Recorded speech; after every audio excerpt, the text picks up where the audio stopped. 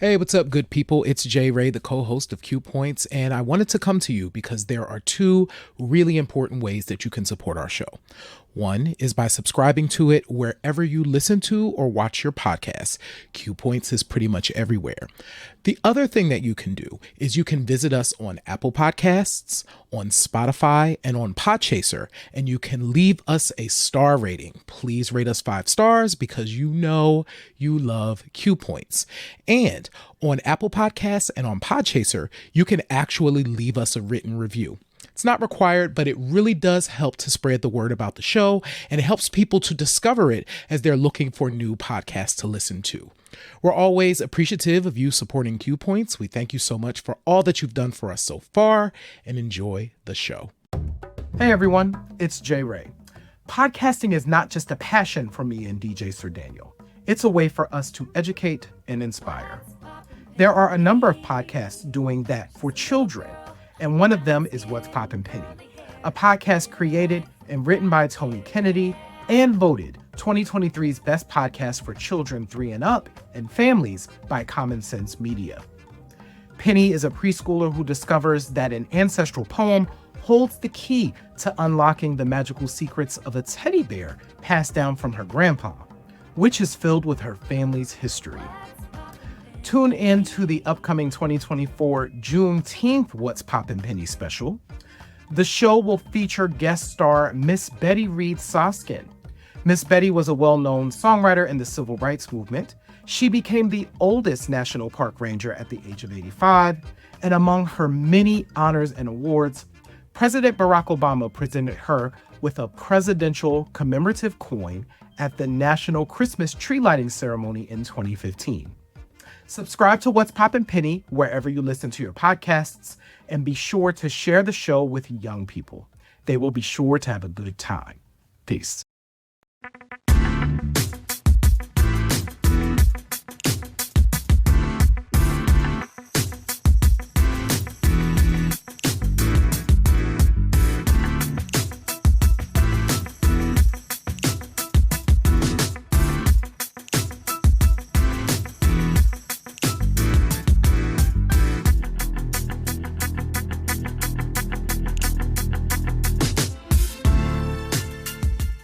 Greetings and welcome back to a brand spanking new episode of Q Points Podcast. I am DJ Sir Daniel. And my name is Jay Ray, sometimes known by my government as Johnny Ray Cornegay III. What's happening, folks? Q Points Podcast is the #1 rated top podcast in the world, dropping the needle on Black music history. As Jay Ray said, we are here where we're ready to talk. First, let me just check in with you, Jay Ray. What's been going on? It's been a robust day, kind of day. It has been a robust day. Let me just tell y'all, I have been going all day. It has been nonstop. Even when I thought I was going to have a break, nah, bruh. No, you're not going to have no break. So that's been going on. Facebook. Yo, shout out to folks who are joining us on Facebook. Getting the show on Facebook tonight was like, it took forever. So I'm good. We're here. Everything is live. Shout out to all the folks joining us. Check in. Let us know where you joining us from. Sir Daniel, how are you? I am fantastic. I, like you, have had a robust day. Felt like I was on the go.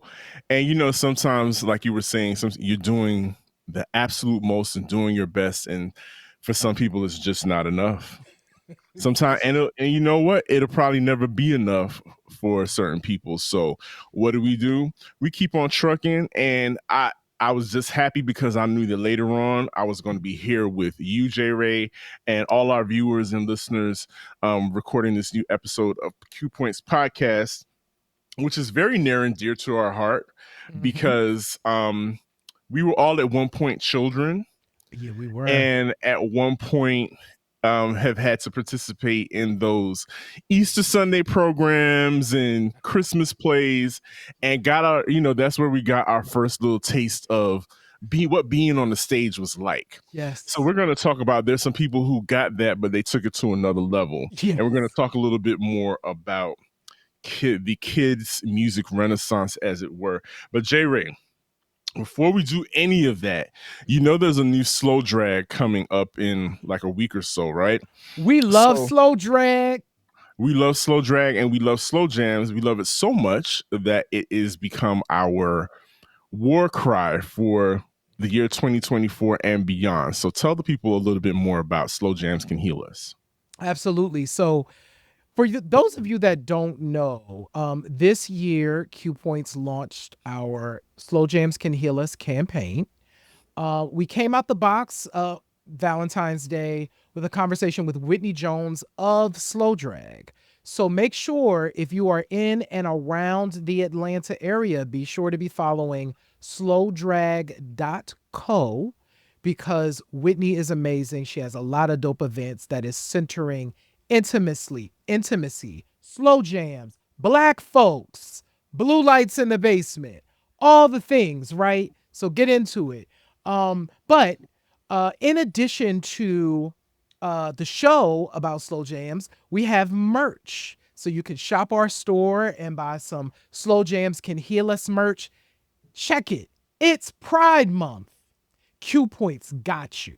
We even have Pride versions of Slow Jams Can Heal Us available. We got one with the brothers. We got one with the sisters. Buy what you want. We got mugs. We got bags. We got t-shirts. We got hoodies. We got you. Because you know what? Q Points loves y'all. You know what I'm saying, Sir Daniel? You know? Absolutely, because we're not gonna play in your face like Target and Walmart and those places. We love y'all. We love us for real. So We love us for real. so we got the genuine artifacts, the genuine paraphernalia for Pride and beyond. So please make sure you go to our shop and purchase and get you something that is actually going to come back to the community when you purchase it. So boom, there's that on that. There's that. So Jerry, as usual, per usual, the social media has been on fire with lots of different comments.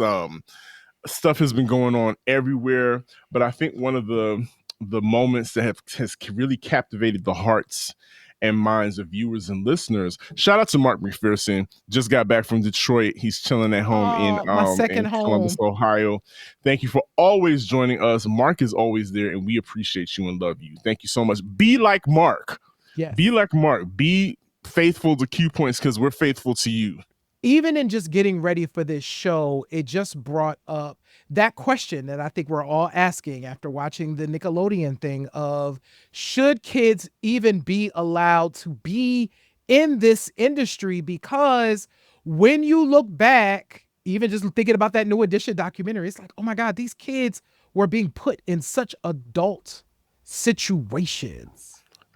Precarious situations too, Yes. like drugs on the table. Yes. They were getting robbed for their money, not being compensated fairly. Grown women coming on to them, that's a lot. And it makes you're absolutely right. Especially now in this climate, we're hyper vigilant about boundaries and vulnerable people being taken advantage of. This topic of child stars really makes you think, like, you think about their parents. Yes. We're going to move on from New Edition because there were parents before them, but you're talking about 5 boys from the projects. Yes. And if you know about the projects in the 80s, it wasn't nothing nice. The 80s, we're talking about Reaganomics, families devastated after the Vietnam War when all their fathers and uncles and everybody came back drug addicts and, just really terrible economics, Reaganomics, and people being put in jail for selling crack and being on crack. And so if your child has a glimmer of a chance to get you out of that, you're going to take it. And so it's like, on one hand, you can understand them putting their children in those situations, and on the second hand, it's like, could they have made better decisions? And I'm sure was it worth? That's the even better question. Was it worth it? I think we need to unpack that a little bit as we go through this. And I want to add something because we don't have her on the list, but my frat brother Jason in the chat, when we get to our prototype, we must add Tracie Spencer because I have a lot to say. And I think Tracie Spencer gets to the thing that we're about to talk about. In fact, let's just launch into the prototypes because I think this is great. Thank you, Jason, for bringing up Tracie because I just saw something where she talked about this very thing. But when we were thinking about this, Sir Daniel and I were talking like there's tons of prototypes for like the type of stardom that we're talking about, and one of them that came to mind for the both of us, obviously Stevie Wonder is a legend. Yes. But we often forget that Stevie Wonder was a child star. He was little Stevie Wonder, and to clap your hands just a little bit louder and out there sing. Listen, with that harmonica, and Stevie Wonder was on stage. So he was what, 12, 13 out here singing to these adults in the 60s. And even him having to transition from like child star to like adult star. There's a great story about the Where I'm Coming From album because it's like 1970. Stevie's like 20 years old. And he finally is like, I want to do my own thing. And Motown is giving him a little bit of room to like do his own thing, but they're not sure what is going to happen. And obviously that record begins Stevie Wonder's classic period where he just was like banger after banger. And he was fortunately able to transition from child star to adult star. And that in itself is rare. Not everybody gets the luxury. Not everybody does it. And I think, you know what, when it comes to making that transition, J. Ray, you know what the biggest challenge or the biggest enemy to a lot of these child stars is? Hormones, puberty. When those voices change, baby, you don't know what you're gonna get when that voice changes. Like Michael Jackson, an example of his voice, his gift being able to transcend his age, right? Yes. Even though people made fun of his speaking voice and all that, that singing voice was still there, was still intact. Stevie Wonder got to keep his, but I'm thinking, who's somebody notable whose voice changed? Like Tevin Campbell. Absolutely. Tevin Campbell I think, is a great example. Tevin Campbell, you know, because he was so young, was able to get up in those registers and to, you know, do his good Whitney Houston runs and singing like that. But as he got older, you know, that changed a little bit. Yeah. But not to the point where he didn't do well, because I still think, you know, in his I'm Ready era, he sounded like super good. Voice changed and everything, but he sounded really nice. Yeah. But sometimes those are things that I think record labels, I'm sure back then, took into consideration or didn't take into consideration, like, oh, their voice is changing. And if I'm not mistaken, I believe Menudo, if once your voice changed, you were out of the group. They swapped you out and put another. You out. Absolutely. Yeah, the voice changing thing is such an interesting opportunity. I think that we're not talking about this artist in here because we've already done a whole show on her, and she's kind of really in the upper ages, but Brandy's voice changing is kind of marvelous. I love 1994 14 Brandy, and I love 2024 husky Brandy too. That husky deep Brandy. I like all of that carrying on. So give me both versions and I'm good. But to that point, about 88 was an interesting year because 88, when you and I were talking, 88 really did start kind of this new crop. One, New Jack Swing is everywhere. You went from like kids here and there to like two artists showing up on the scene that were really young. So on one side, you had Tracie Spencer, right?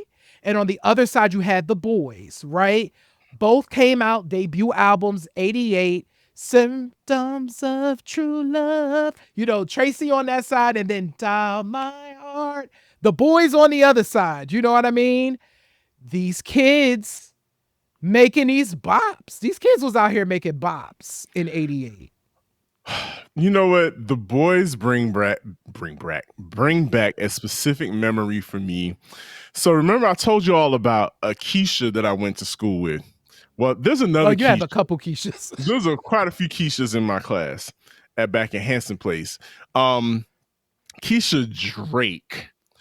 When I tell you, shout out to Iesha Drake. Iesha Drake was the biggest Hakeem fan from the boys.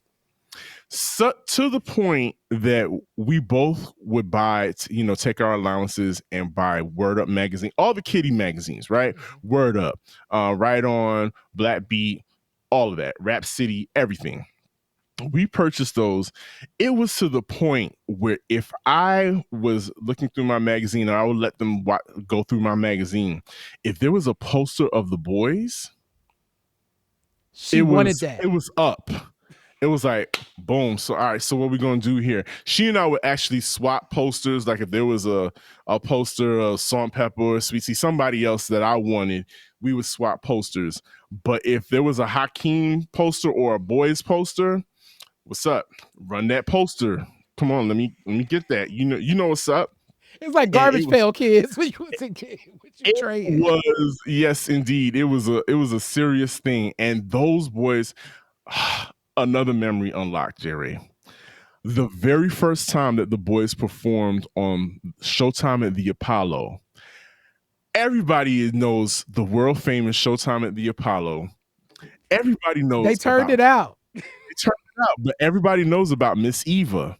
Mm-hmm. Miss Eva, for those of you who may not remember, was this grown woman. We couldn't really tell how old Miss Eva was, but she was a grown woman, and she was at each and every recording of Showtime at the Apollo in the front.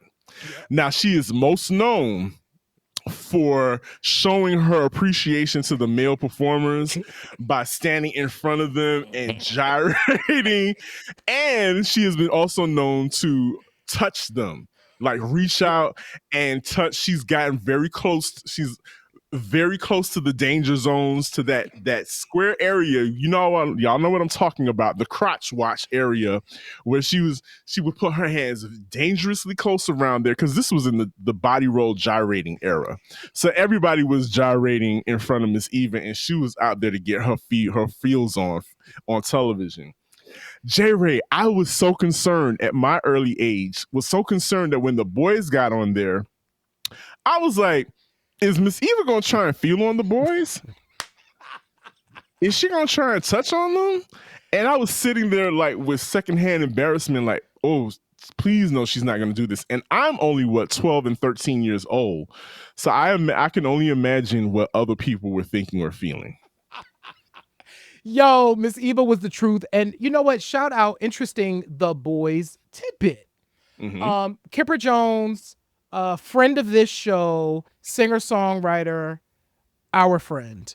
Yes. Hakeem has a distinction because Hakeem was a very talented musician and producer. He actually went on to produce the boys like records after like that first album. Like there was a lot of Hakeem stuff.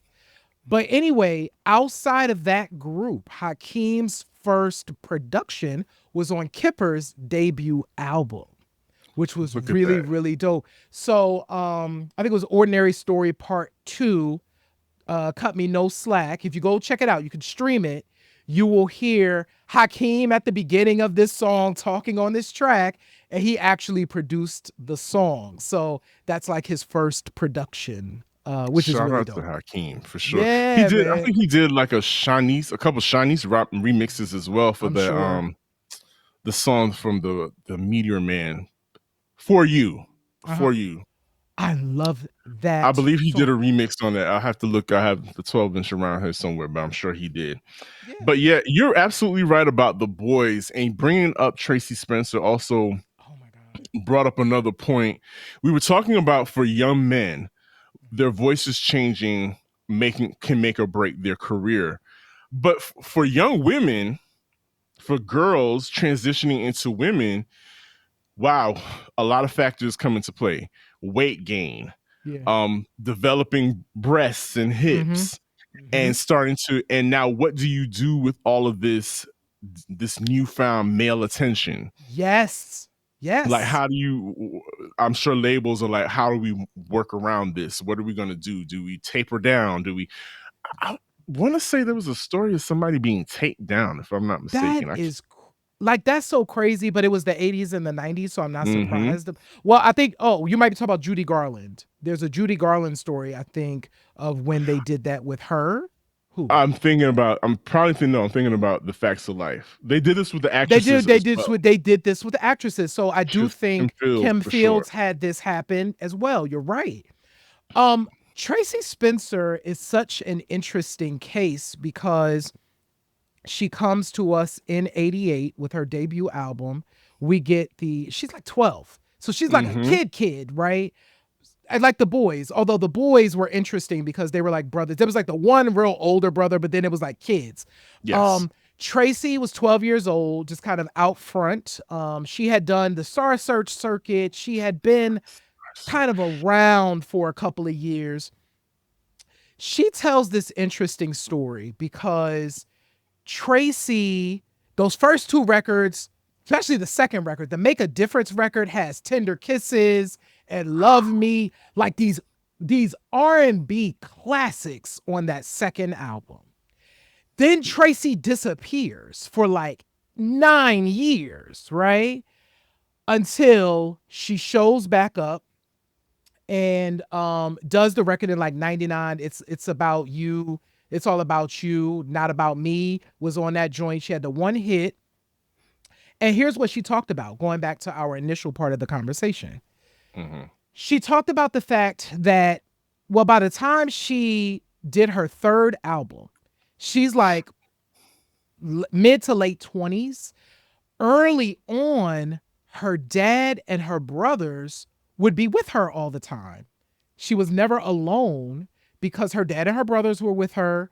So she could do radio, do tours, do stuff like that because she felt she had the protection of having her father or her brother. She said, but the difficulty came in. I think she talked about this on Questlove Supreme.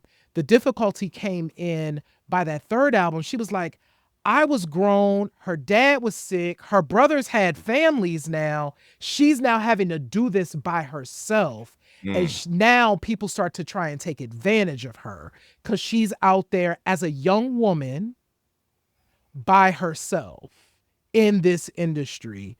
And it was too, and she said, she called her mom, and her mom said, she's like, my mom always said, when it got to be too much, just stop and come home. And she's like, that's exactly what she did. Wow. Yeah. Shout out to Tracie Spencer, Shanice. I think because Another Shanice may child have come star, out a few years before 86. her. Mm-hmm. Wow. Yeah, when I think about, especially when we talked about New Edition earlier, we think about, of course, Maurice Starr, who is responsible for, you know, producing that record and, you know, putting them together. And Maurice Starr, of course, later on found New Kids on the Block. And so Another kids group. another phenomenal kids group. And shout out to, I think it was Donnie Wahlberg. Shout out to him a few years ago saying, hey, listen, there wouldn't be any New Kids on the Block without New Edition. Right. So he got some cool points from me for that one, for saying, listen, there would be no us without them. But I think about Maurice Starr. I think about Michael Bivins. Yes. I think about Jermaine Dupri. We got to talk about Chris Stokes at some point. We But gotta talk about Chris Stokes at some point. But these are procurers of kiddie fandom. Yes. Right? They had the Midas touch when it came to putting these kid groups together.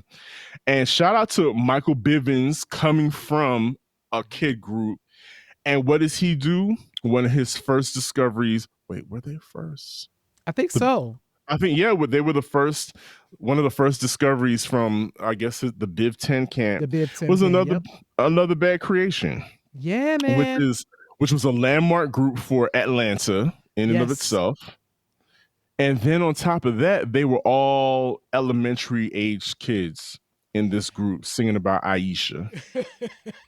You know, there's a couple of things. So the 90s, this Another Bad Creation really did open the door, because while Sir Daniel and I were really thinking about this, it was like, okay, well, in the 80s it was kind of a here and there. Mm-hmm. In the 90s, you could throw a rock and hit like a popular kid or teen act. They were just everywhere. Yep. Another Bad Creation, I remember hearing, I had never heard the name Iesha like on the radio, and like we never heard it in a song. You know, this is like, right. I had an Iesha in my class, so of course we could sing Iesha. You got to make, you know. I'm sure she got tired of little boys singing that song to her. Poor Ieshas across the nation. Poor Ieshas. But you have these little kids singing songs that would appeal to other little kids. You know, I didn't feel like Iesha was too grown. Even Playground comes is like, I don't know which song came first, but Iesha was first. Iesha was first, and then Playground. These, right? They were cool. That was the name of the album, Coolin' at the Playground. You know, with these. Let's talk about the fashion. These big clothes. It was a big, probably cross colors, hats. Their thing was wearing their clothes inside out. Theirs was inside out, so they weren't because they were being fashioned after Belle Biv DeVoe. Yes, rightly so, because Michael was in charge of them, and he was, you know, of course, from the Biv and Belle Biv DeVoe. And so yes, they got all their fashion cues from Michael Bivins and BBD. And so that appealed to, I think I was what, maybe 14 going on 15. So I'm getting in that area of where other kids, like little kids, aren't going to appeal to me anymore, right, because I'm getting up in age. But there was something I remember, just remembering like seeing them and what actually being bowled over by their dance moves, like how tight they were as a unit when it came to that dancing. And shout out to Michael Bivins and his producers. They always made sure those boys that their songs had a mean dance breakdown that they could show off. Listen, we had to do it then. ABC, sadly, I don't remember the second record at all. They had a second record. Again, the voice changes. Voice changes, and honestly, by then, everything was moving so quickly. Hip hop was like swooping in and being in everything in a different way. But they were, they were just churn out. There were just more kid groups that were being churned out over time because, of course, from Another Bad Creation, we get Subway. A lot of folks, we forget about them, but we get Subway. We get 702 that came out of that camp too. You know what? Who else we got out of that from Another Bad Creation? The Honey Dips. They recorded the answer to. They recorded the answer to Iesha. One of them was named Iesha. See the things that come out of this. The stuff that you forgot, Q Points is going to remember for you. Absolutely. And so they really did open the floodgates in the 1990s because that album hit early 91. What's the word, everybody? It's your man, Mr. Al Peter, Mr. Peterson's Neighborhood, and the NPN Network. And I'm here today to tell you about what the NPN Network consists of. The NPN Network is an entertainment as well as a developing media company based in Jacksonville, Florida. Our goal is to highlight various creatives that exist in spaces of music, visual arts, podcasting, and more. Within the network, we have multiple brands that will parallel with creatives, events, and other brands. The Neighborhood Podcast Network is a collective of independent podcast shows that has various topics ranging from the latest culture news, mental health, sports, and leisure conversations. We also have the Groove Suite brand that explores the realm of soul, hip-hop, R&B, funk, and more. The Groove Suite. Our health and beauty section gives a view on how to keep yourself in shape, in style, and in tune with your body and your mental. Last, we have the Fly Socks and Tees, an annual summer event that brings creatives together to celebrate the past years and victories that were received. So swing by our website, mpn-llc.com, and subscribe so you can stay up on what's happening with the neighbors and the groovers. Also follow us on our Facebook page as well as Instagram and Twitter, MPN Management. Building but becoming to the top. One of the groups we mentioned in passing, Chris Stokes. We're going to focus on so much. Let's focus on the music. We're going to focus on the music. But Immature emerges, and they in 92 are very reminiscent of Another Bad Creation, except their thing was like this bohemian soul look thing. They kind of looked like little Lenny Kravitz's. That is a perfect way to describe them. Yes, you're absolutely right. They looked like little Lenny Kravitz's, except they were singing soul music. One of the things I figured out, Sir Daniel, because by the way, let's talk about the original lineup. So the original lineup of Immature, later known as IMX, was of course Marcus Houston, Romeo. We all know Romeo. So Jerome Jones, his name is he went by Romeo. But the first member was Don Santos. He left the group in 93. He went by Half Pint. He was replaced by LDB, which most people know LDB because he's been in the group since. But one of the things I figured out, Sir Daniel, that was really interesting. So I only remembered 2 early Immature songs. I remembered the Munchies. I remembered that because that title was real fun. But 2, their first single was Tear It Up.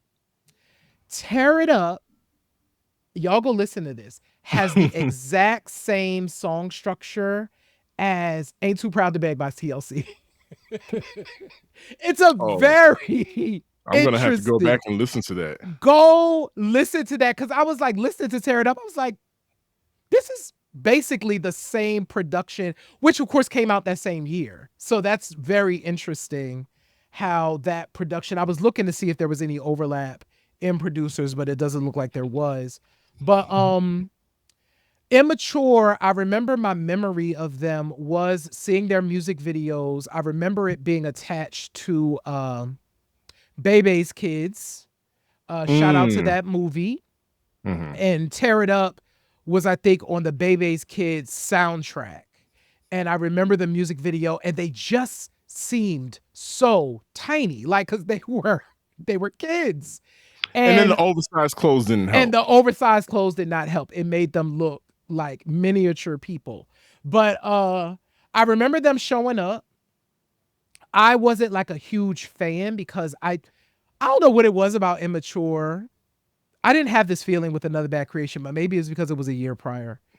For me, Immature I felt like I was too old for that. You know, absolutely. Yeah. I was like, I know. I was I was probably like 13, 14. I was too old for that and what they were doing. I know those kids, I remember them sitting on the couch of with Donnie Simpson on Video Soul, and their feet were they weren't even dangling. They were just sitting up straight on the sofa. That's how tiny they were. They were literally babies when they came into the industry. And it's so funny we're talking now. I brought up Video Soul, another memory unlocked. You remember Pretty in Pink? They were teenagers, but yeah. Was it Melanie was in that group? Shaka Melanie Khan's daughter.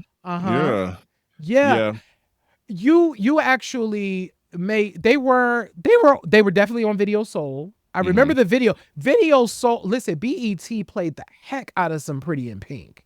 because they were on the top 20 several Sure did. times.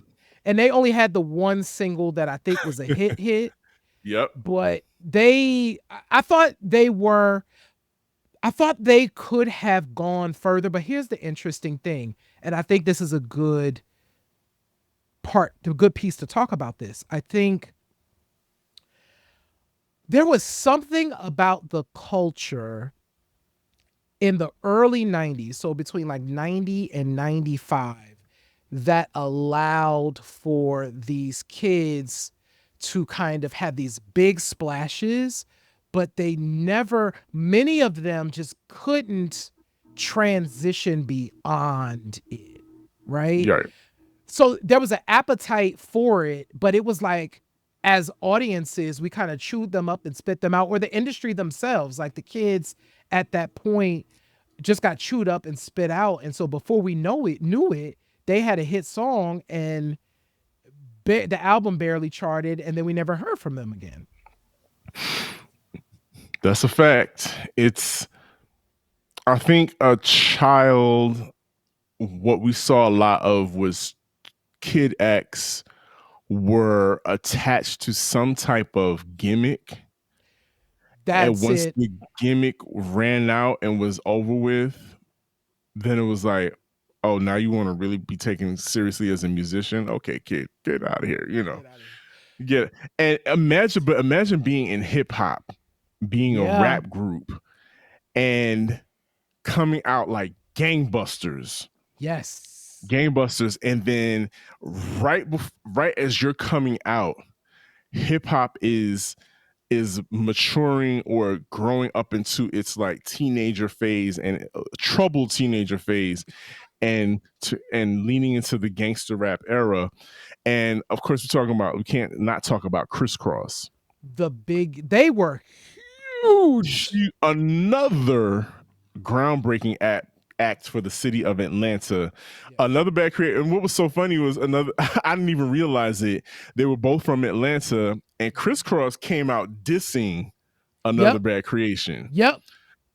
Which I thought was hilarious. It's like, oh, you little kids. What you gonna do to those little boys? They're just kids.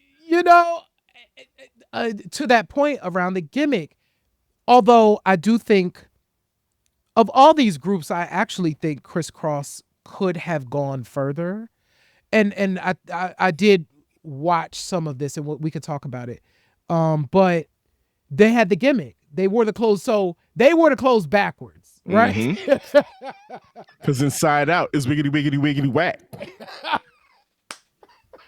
I mean, we just so you know. Right. So Jump becomes this monster hit. Their album, Sir Daniel, check it. Their album, Totally Crossed Out, which came out in 92, went 4 million copies. So 4 times platinum. This is huge. These are physical copies, people. These young people had to sell records, people, and you had to go out and buy them. Right. 4 million physical copies of a thing were sold. And that is huge. And they were, of course, a product that came from Jermaine Dupri's camp. And we love a JD. And by the time I enjoyed their second album, which in my mind came out years later. But that record came out a year after their first album. And if you look at them on the cover of the first album and on the cover of the second album, because they're like, we as kids who grow fast. Like 2 inches. Yes. Okay, prime example. Remember, J-Ray, when we would watch our favorite TV shows that had kids our age? And then all of us, Different Strokes. I'll never forget growing up watching Different Strokes, and they would go on hiatus and they would come back. Todd Bridges came back a whole man. He was like 6 feet tall with a mustache. His voice was in the basement. That happened on television. this is a prime example of what happens in the music industry. You're right. Kris Kross, they grew like 2 to 3 inches. They grew their hair. They were rocking the cornrows and braids because that was very reminiscent of Snoop and Naughty by Nature, who, of course, at this time, like really were hip hop supreme beings at the time. Yeah. So, and I think they did a good job of matriculating through their age and getting with the sound of hip hop the way hip hop was. Part of that was they had the Brat writing for them, of course, and she was a little bit older. But I think they did a good job. They made some very credible hip hop songs at that time. Those 2 albums, it was a far cry from them missing the bus and wearing their clothes backwards. Remember that appearance on A Different World? Oh, that's right. Yes. In Dwayne's summer camp where he was teaching them in some class. But yeah, I think they did a good job. Jermaine Dupri, and we're going to talk about Jermaine later on in another segment, but Jermaine Dupri did an awesome job of working with youth culture. I think he really hit his stride when he worked with Kris Kross because, of course, he had Silk Times Leather, which got him his first record deal with Columbia. But then, that Silk Times Leather did what they did, but they didn't really have as much impact as when Kris Kross came along. Yeah. And then, Jermaine also had ties, of course, with TLC. He did some production with them. And they were adults, but they looked like kids because everybody was short. And then they were wearing the baggy clothes. So they looked like kids too.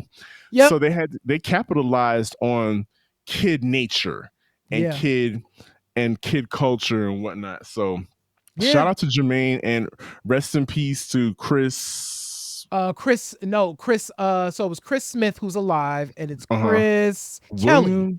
Chris Kelly that has Chris Kelly passed transitioned years ago, and which is really sad. I really wish he could have been around to see what everybody's doing, because I believe Chris is I think he's a model or a photographer or something like that. He's like a whole artist, like a visual artist now, and is really always honoring his friends. Like Chris, he's always said, Chris Kelly, that was my best friend, right? Yep. And what I love about, I actually think Kris Kross could have gone further. I appreciate that they stopped when they did. And Jermaine, I think, talked about this a bit. It was like hip hop just changed so much, even though their third album went to number 15 on the pop charts, number 2 on the R&B charts, and went gold, which was their last album in 96. That is nothing to sneeze at. At all. That's a hit record. So I feel like they could have kept going, but it was just like the time, and we've talked about this, that 96, 97 era, we've talked about it time and time again. Rappers and artists, R&B artists who came before that were like, what do we do now? Because this is a totally different thing. And you either figure it out, and most didn't. They just kind of bowed out. Yeah.